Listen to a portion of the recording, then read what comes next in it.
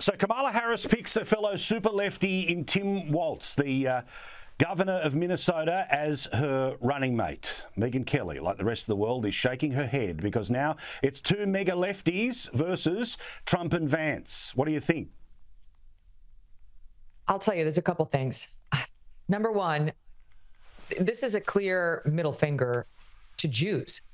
I believe Shapiro wasn't picked because he's a Jewish man who expressed support for Israel, including back when he was 20, where he wrote the very controversial statement that he doesn't think the Palestinians want peace. Hello? How is that controversial? Look what just happened.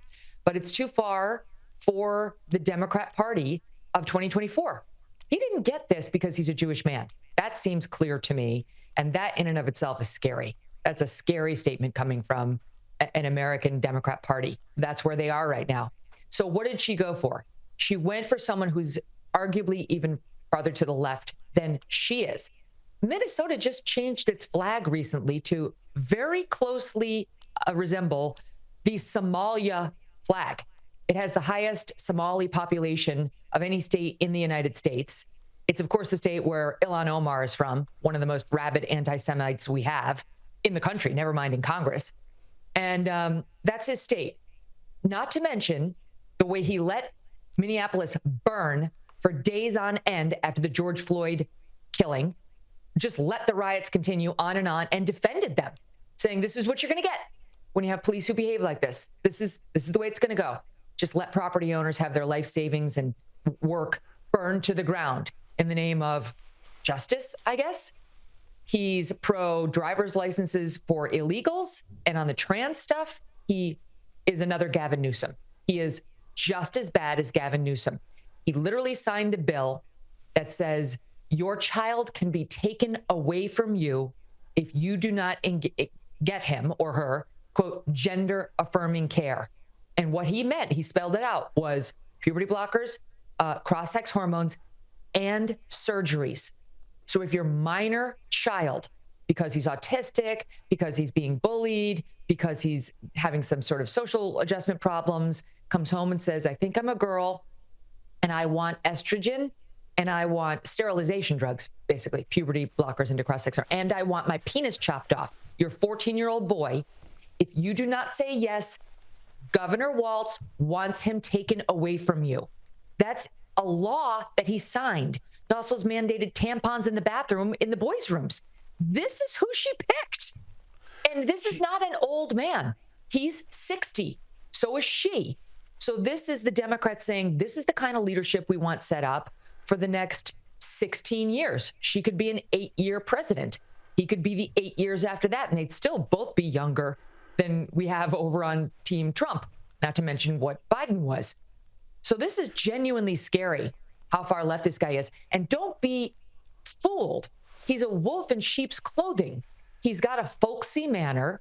He ran in a blue state, but initially in a red district in Minnesota for Congress and won, which is what first got him some attention in the Democrat Party. He's a blue guy who can win in red communities.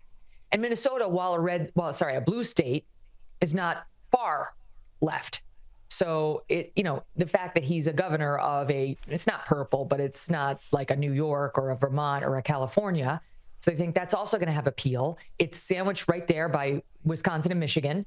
So they think it'll have like a bleed over effect, where it'll help her in the Midwestern states, in the Rust Belt, in which J.D. Vance is, supposed to be so appealing, and I think is. So he comes to this with National Guard service. He was a high school geography teacher. He's sort of like this guy who talks the way everybody talks, like a normal guy. He's the guy who coined the J.D. Vance is weird. Republicans are weird phrase, which went so viral. It was just like such a natural phrase. And people are like, yeah, that's how we talk. Yeah, they are weird. That one phrase could have gotten him chosen. That plus the fact that he's not a Jew. And so people say, yeah, he seems normal. He's like a normie norm, unlike Kamala, who does not seem normal at all.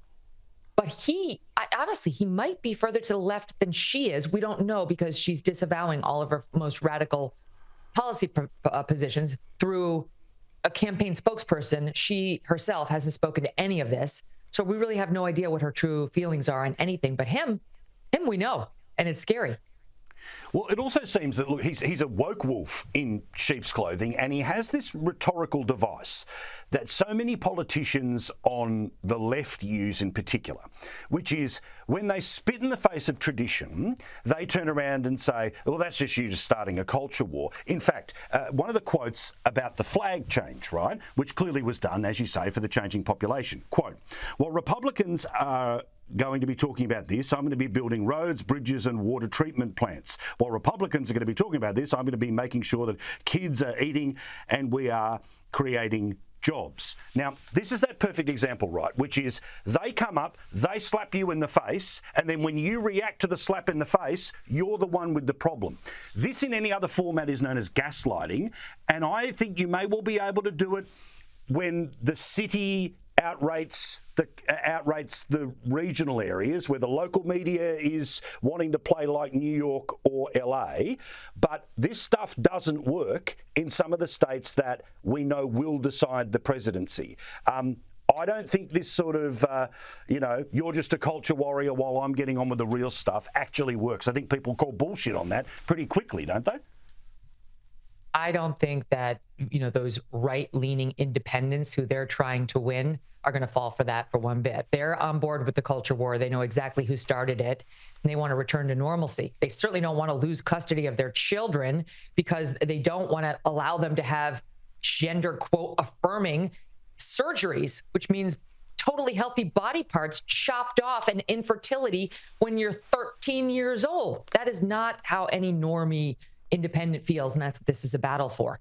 I do think, though, Paul, on the bright side, this is a great pick for the Republicans. I think the Republicans are going to feel very invigorated by this choice. It's a much better pick for them than had it been Josh Shapiro, who is like a white Obama. He's inspirational. If you listen to him talk, he's like, we need hope. People can't survive without hope. He talks like Obama. He's trying to style himself after Obama. And let's not forget, he's the governor of the most critical swing state in this election, Pennsylvania. So the fact that it's not Shapiro is a gift to the Republicans in and of itself. And then the fact that she went far left on the choice is a second gift that they will be able to exploit mightily over the coming weeks and months. It's kind of interesting to me. If you look at it, it's almost similar to what Trump did. He chose somebody in his own model in J.D. Vance, and then so did she. The difference is Trump is a moderate, Paul. Trump's a moderate, and so is J.D. Vance. Both of these guys ruffle feathers amongst the conservative right because they're not far enough to the right. They're pro some big government programs, in particular the ones that are going to help the working class. That's the middle finger that the working class gave to the Republican Party elites back in 16, again in 20, but not in big enough numbers, and now again with Trump's renomination and J.D. Vance's. And so she's kind of done the same thing that Trump has, but I think not in as smart a way, because J.D. Vance, while he said some controversial things, as we've discussed, childless cat ladies, whatever, he's not calling for this kind of radical behavior by the state over parents and private citizens. And I do think picturing a Walz-Vance debate is kind of delicious. It's the first time I've been salivating a little bit since we saw the collapse of the Democratic candidacy in Joe Biden. Well, also fascinating here too is that you've got two, as you say, next generation politicians that are fighting from ideological positions. They're not going to be pretending to be fiddling around the middle. They're going to be fighting for their corner. One other thing that is a little bit of detail, and I know there's so much on today, but this was fascinating, and I think it's an insight into a potential problem for Harris, which was, it's fairly obvious which way she should have gone, which was the governor of the state you absolutely need to win to become the president in Shapiro. She's not made that decision because he's Jewish, right? Because of support for Israel, all the rest of it. But what I was fascinated was CNN did some reporting this morning. Now, they were the ones who actually got it before everyone else. They did reporting that she didn't make the decision until she woke up this morning. She literally slept on it last night because she wanted one last look at it. Now, amazingly as well, The decision that this candidate, who no one in Australia has obviously heard of and very few people in America has heard of, guess who was supporting this candidacy of the person no one's heard of? Bernie Sanders, far-left activism, and Nancy Pelosi, who, of course, forced Biden out of the race.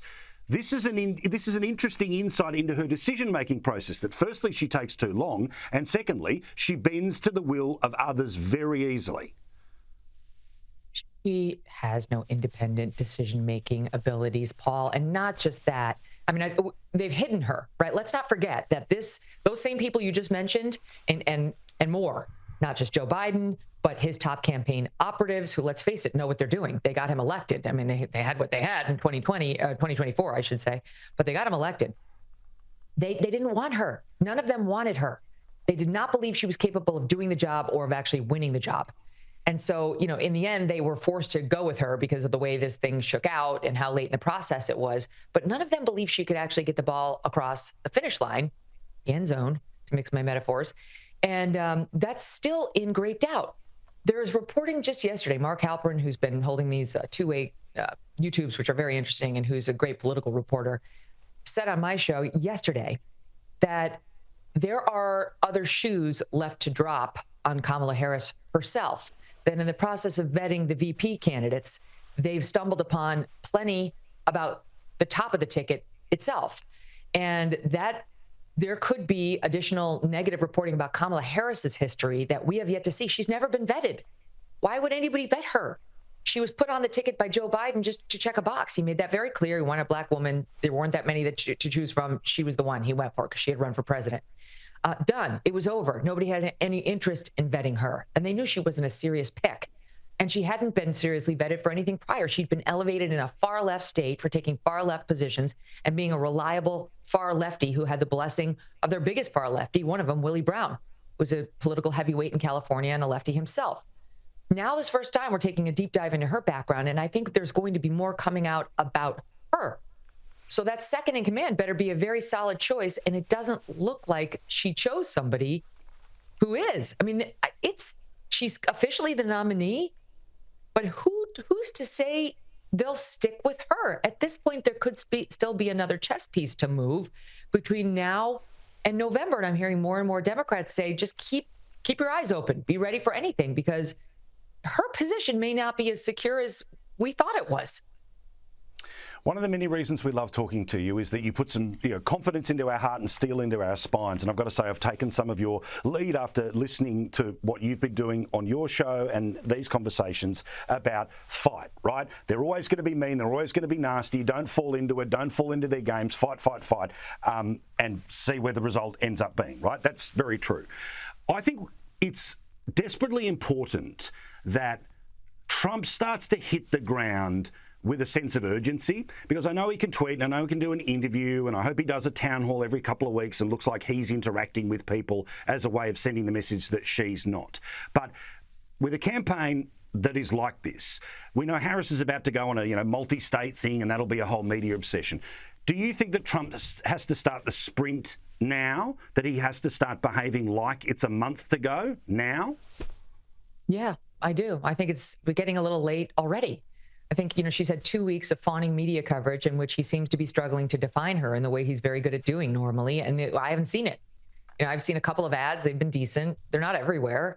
And she's running with the media narrative, and he's got to do what he always did. That's why, honestly, I know that this is controversial, but I think the comments he made at the National Association of Black Journalists event were smart, because it got him the earned media coverage that he was so famous for back in 2016. He would say controversial things. He would completely dominate the news cycle for days. Yes, it was negative, but people were hearing about him nonstop. And in that message, just like we've seen in so many of the others that Trump says that are controversial, he reached a core block of his voting base that nobody else was really listening to. You've seen all these black men post on Twitter, on elsewhere.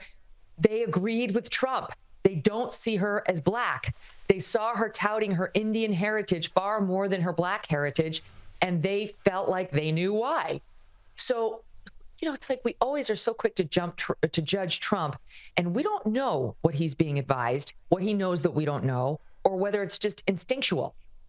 But it served him extremely well when he was running from nowhere, from the wilderness back in 15, 16, and all the media was universally against him. And I think he's got to go back to that. I actually think getting all of the unearned media, or the earned media coverage, is a great idea. He needs to continue with that in order to wrest the coverage back from her, because right now we really are seeing a coronation. Now, having said that, I think there have to be some smart plays in there. And attacking the very popular governor of Georgia, Brian Kemp, to settle an old personal score because you don't like that he didn't back your election claims is not one of them. That's just stupid. It's just stupid. It's Trump's narcissism that makes that kind of a decision.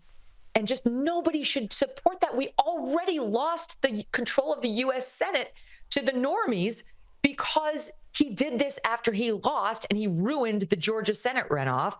And there's just no sense in going back over Brian Kemp. Women in Georgia who want to vote for Trump prefer Brian Kemp. Why would you do this? You've got to find a way to check your ego. But I don't know who can speak to Trump in a way that he would hear that message.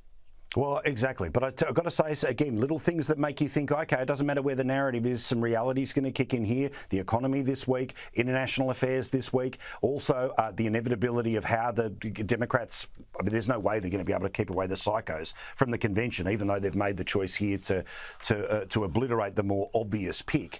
And I agree.